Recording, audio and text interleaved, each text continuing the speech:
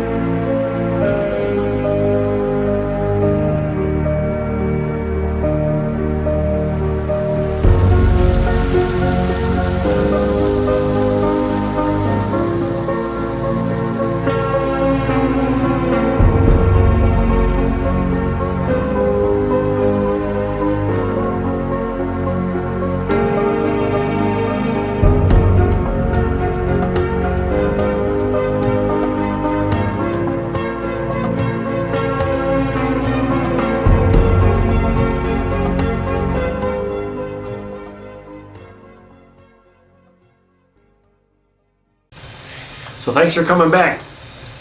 Today we are going to take Archer's 3-season tent and we're going to go and take it to the 4th season, and we're going to do this in single digits temperatures, no fire, cold camp. Just go out there and see what it is capable of doing. We are doing this on our property.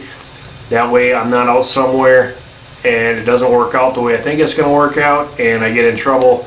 We are going to be close to home and we're going to be on the edge of the property, so that I can get back if I have to, but at no means once I get in the tent, we're staying in the tent. All we're going to be using is their one-person 3-season tent, which I've already taken it through a tornado, and it was stood up just fine. Links up here, you guys can check that out. We are going to be using their sleeping pad.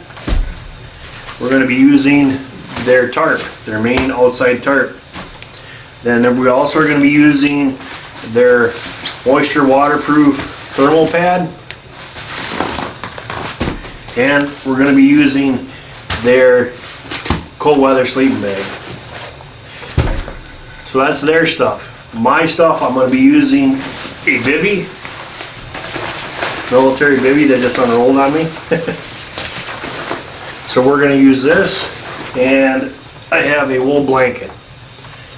Like I said, it's just for precautions to see how far I can push this stuff, because this stuff is not rated for what I'm going to put it through. Extreme winter camping is rough on any kind of equipment. This is only 3 seasons, guys. So that being said, guys, let's go out and let's go start this party. See you in a bit.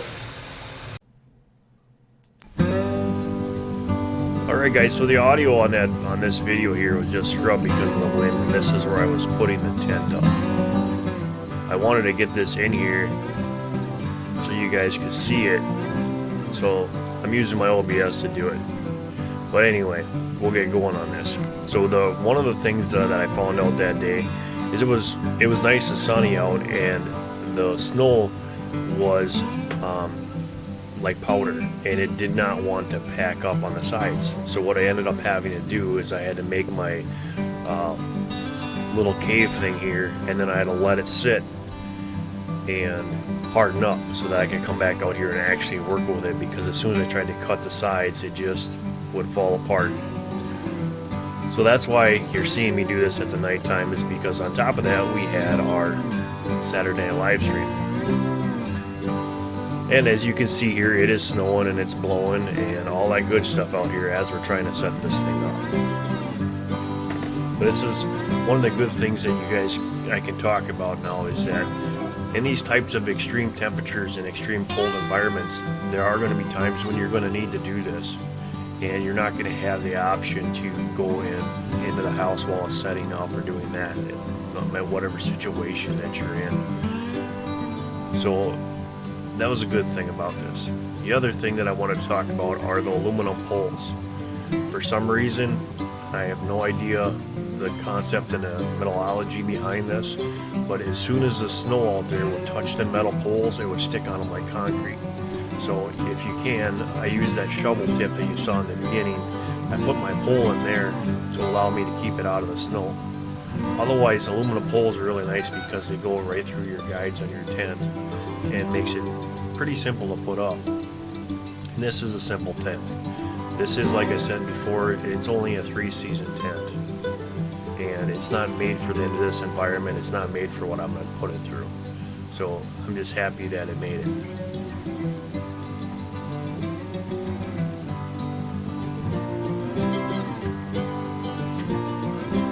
And you're going to see here in a little bit too is that the tent is actually a little bit bigger than what my little cove is there. So I actually had to take the shovel and I had to make some more room for it, which was nice because now that was froze, I could do that.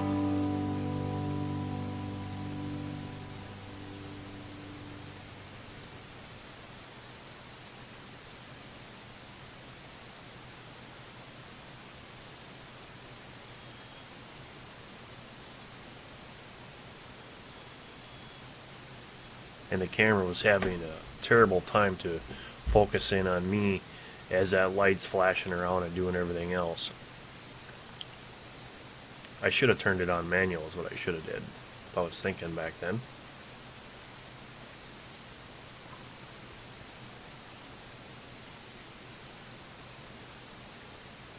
The other thing that we're finding out is the gear that we're using in extreme temperatures can't hold up as well as if you get your GoPro or something like that for them kind of environments. The DSLR did really good as far as it didn't have any problem with the shutter or anything like that, but a battery that I normally can go probably 4.5 hours on, it only gave me about 15-20 minutes because of the cold temperatures. It just sucked the battery life right out of it.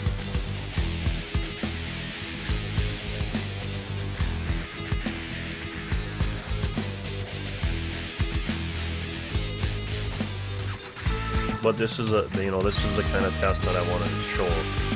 Is setting this thing up by all by yourself. And this is a cold night, and we're cold tented, so there's no fire, there's no heat, there's no nothing in this that we're gonna have. So this put this thing right to the ultimate test. And as you can see there, it's a little bit too big for its little home here, so I'm going to have to take a shovel here and we're going to have to do some cutting out and making it bigger.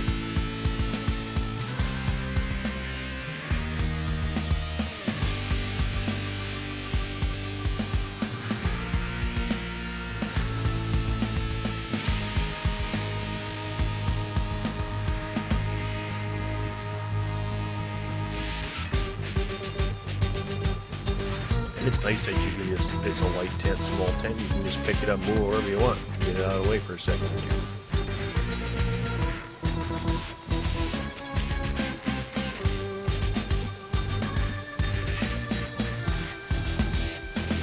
Now we're going to put that bad boy back in there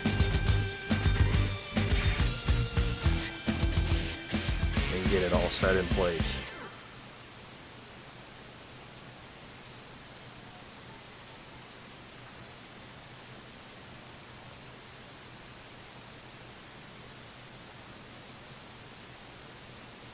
So now we're working on getting the rain tarp on there. And this tent does have vents on both sides of that the tarp portion of this. So it really does make it nice to let your steam out. But this particular night, it froze the vent side because I closed the one on the far end and I kept the one open on my end. And in thought, in theory, I figured out that'll allow the steam to go out. Well, it just froze the netting up, and it started blocking it up, and later on, throughout the night, I started to have ice crystals building up on the tent on the inside.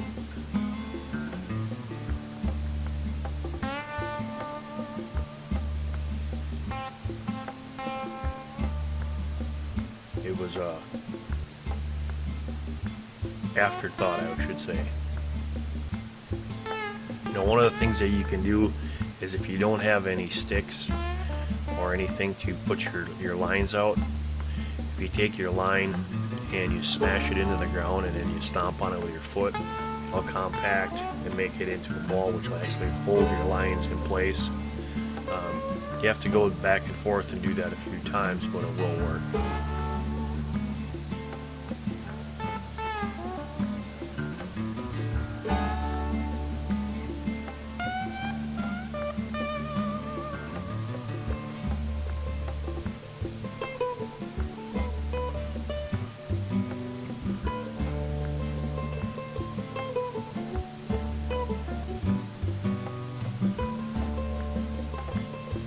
So as you see, I'm in the process now of pulling it in, stomping it in, packing it in.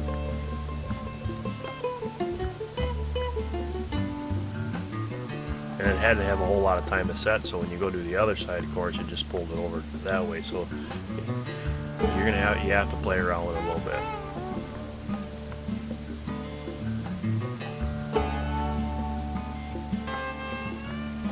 So now we're going to put out the outer tarp.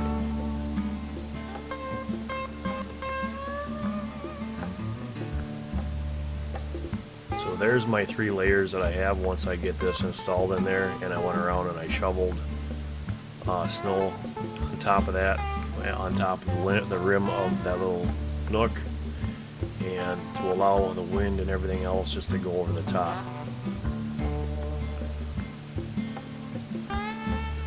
Well, while we're doing this, guys, I wanted to talk about too is Tyler Wood's Bushcraft and myself. We do a Bushcraft podcast on Monday nights between anywhere from 9:05 to 10 o'clock, depending on how things roll. We have a lot of great commentary on there. We have some very interesting guests that are on there that are going to take the bushcrafting skills to the next level. We also talk a lot about gear, primitive fire starting, a lot of things that myself use in these cold environments. So that is talked about on the podcast, so you can go and check him out. I'll put the link right here, and Tyler Wood's Bushcraft, go and check him out, and you can catch our podcast there every Monday night.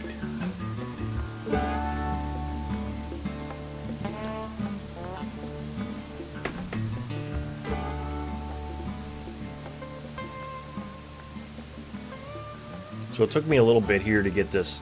I'm fighting with the wind, I'm fighting with everything. Obviously I don't have any way to stake my tent down, my tarp. So I'm just playing and packing it in the snow and throwing snow around the tarp to make it taut and hold up here. And I could have easily went and got the stakes. I do have some 24-inch stakes, and I could have slammed them into the ground. Problem with that is I didn't really want to have that kind of environment, because I just wanted to show this as a scenario where I'm just putting it out there like you would. Obviously in the wintertime you can't do a whole lot. The ground is frozen. You could tie your lines out, make some kind of balls, tie the string around there, pack it in like I did with the other one. That's another good way to get it hooked up. But all I did here is I just pretty much threw the snow on the top and around the tent here. And more or less all I was looking for is so I could get that northwest wind to come over the top of the tent instead of coming into the tent.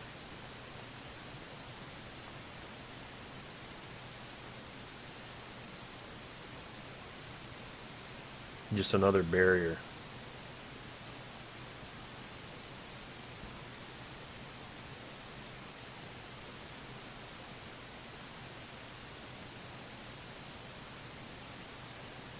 and you can see how the wind is just whipping. So that is the portion of the putting the tent up. And sorry I had to do it this way, guys, and the audio was scrubbed out like that, but at least I got it up here so you guys could actually see the process of what I went through to put this tent up. So now, back to the result. Alright guys, the tent is set up. You can hear the wind howling. If not, the wind's blowing. You see a tarp moving. Everything is freezing out here. My mustache is froze already. So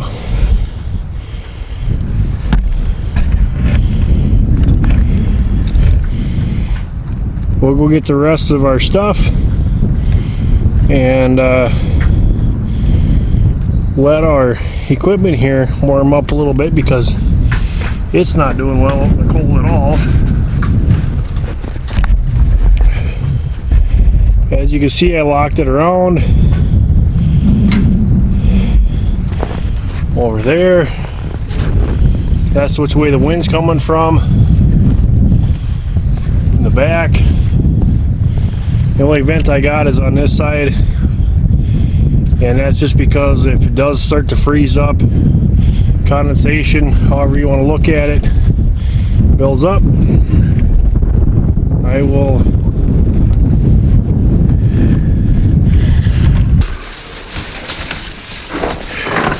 alright guys, so it is hope you can see that, 8:19, and it's still snowing, and we are headed out to the tent to spend our night in 0-degree weather.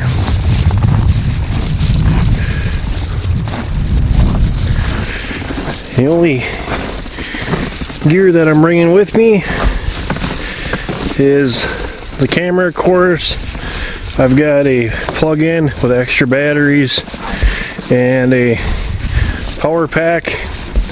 I am sleeping right behind my shop, so the lights will be on. Hopefully that'll help out here with what we're doing. Don't know if it will or not, but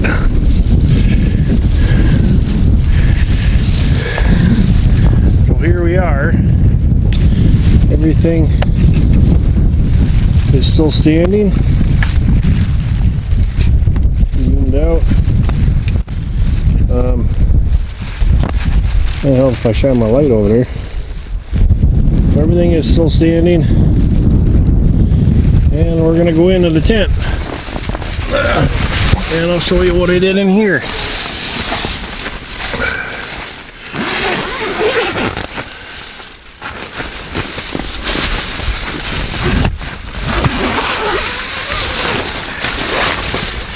So there you see, I have my thermal blanket, there's my mummy bag, and underneath there I just have, like I said, military blanket. The sad thing of this whole thing is I gotta take off all my gear because it's too small in here to be able to hook this all up. So I'm going to put that over there, and hopefully this didn't give you guys a nose shot.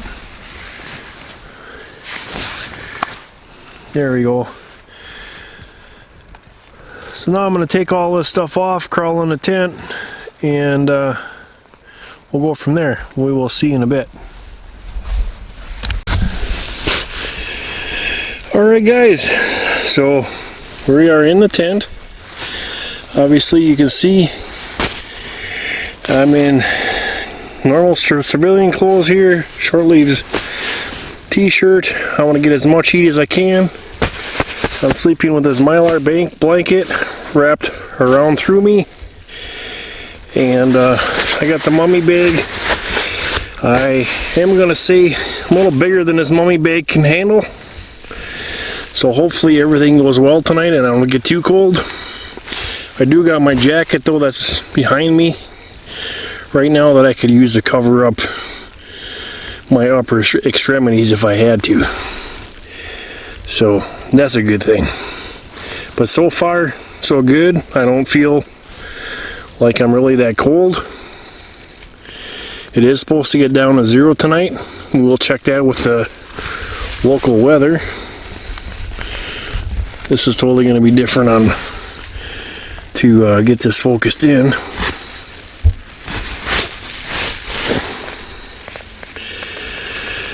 So that'll be interesting to see. But right now it's not too bad. I'm not cold at all, but that could change after a little while being out here. But for now, I'm pretty nice and warm, toasty. So we will keep you up to date. It is exactly 9:30 p.m. right now, and we're going to call our night and tell our little update. So in the nights, if I wake up, I'll be giving you updates throughout. I'm going to set my alarm on my phone and my watch to go off at 1 o'clock so I can record then too. But so far so good. I don't feel like this is going to be an issue at all. So guys, we'll see you in a bit.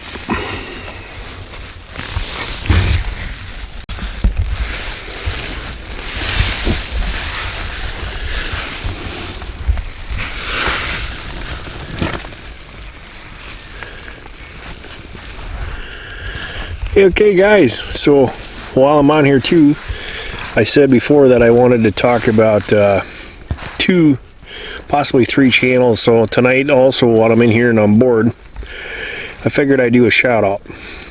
So in the description, the first one is going to be Sty North. If you don't know Sty, he's a very good friend of mine. He has some awesome Sty stories. He's an awesome bushcrafter, has some great skill sets. So please go check out Sty North. You will not regret that. Another one that I want to talk about tonight, guys, is an upcoming bushcrafter. He has a lot of great ideas. He is very skilled in what he does, and that would be Tyler Wood's Bushcraft. So the link here is for him. You can go check him out. And the third one is a guy that I just recently met, young man, and he's got it going for him too, and he likes to do some cooking on a pellet grill. He likes to do bushcraft. He does do some camps, and he's looking at doing some extreme camping, and that would be Nickolas Outdoors. So go and check those guys out, and I'll have the links in the description with their actual name and channel name and all that good stuff. But if you would, go give them a high five and tell them I sent you.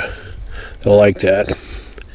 So it is starting to, as long as like my extremities and stuff, my arms are out in the air out here, they're getting cold, but everything else inside in this wrap seems to be pretty good. So I'm not actually cold. My backside is not cold at all. This blanket is actually keeping me pretty warm, but it's going to get colder. So we'll find out what happens. All right, guys, so we've been out here it's been about an hour now. I think everything is pretty much neutralized as far as what the heat's going to be like. And if you guys can see this or not, see if it'll pick it up here. Real feel is -2. So right now it's got a temperature of 15 and says real feel -2. But so far so good. I mean, it's a little chilly, but it's not unbearable yet. So I don't think this is going to be too big of a problem. I think this tent will go the 4th season, but a lot of time left before tomorrow, so we'll find out. We'll keep doing this as long as the camera keeps working. I do got extra batteries though in my pocket to keep warm. So I'm going to get back into the mummy bag that I'm a little bit too big for, but we'll keep on the trucking. Alright guys, it's midnight. It's 8 degrees with a real feel of 1. And it looks like I'm gonna have to pull it The bag I am sleeping in is too small, which is causing me to have my upper torso out of the bag. I have been shaking now for about 30 minutes. It did wake me up now, so now it's getting into that range of serious. The whole problem is because I'm not actually, my lower body and stuff is not cold. It's my upper body, my chest. That area is making it so it woke me up. So it's very cold out in here. So if I definitely would have had my mummy bag out here with the setup, I think I would have had no problem. But since I am so big and this sleeping bag is not made for someone that's over 6'5", I could not get into the mummy bag properly, and I had to actually crunch down in it, which is making I have no circulation, because I shouldn't say no circulation, but I got no movement. So there's midnight. So we're going to try this again on a different time, same weather type with the right bag, see how it goes. But there is ice crystals all over the tent, right here by the door in this area here. And behind me you can see it on the bag, or the tent is actually crystallized where it's cold in here. So didn't work out like I planned, but I did get some tests done. So we'll talk to you soon, guys.